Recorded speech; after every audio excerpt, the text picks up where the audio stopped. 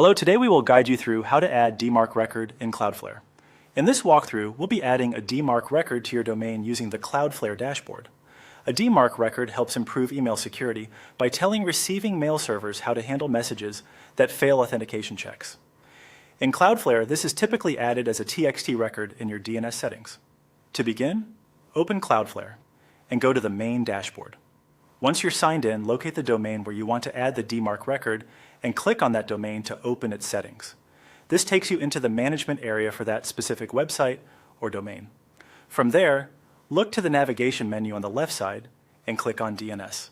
This section is where Cloudflare stores and manages all of your DNS entries, including records for websites, mail, and domain verification.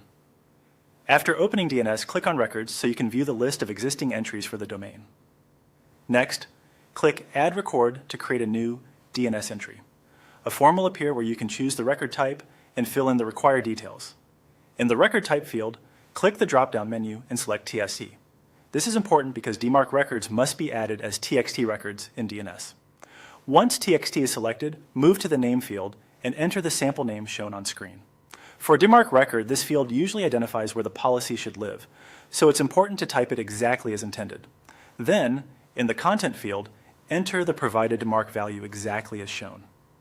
Be careful with punctuation, semicolons, and spacing, because even a small typo can cause the record to fail or not be recognized properly.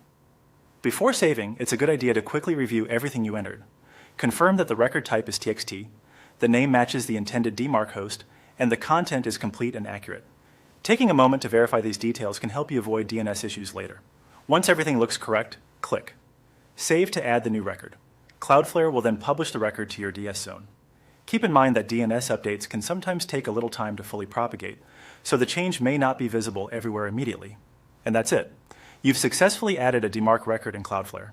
If you're following along in your own account, just make sure the values you enter match the settings you plan to use for your domain's email security.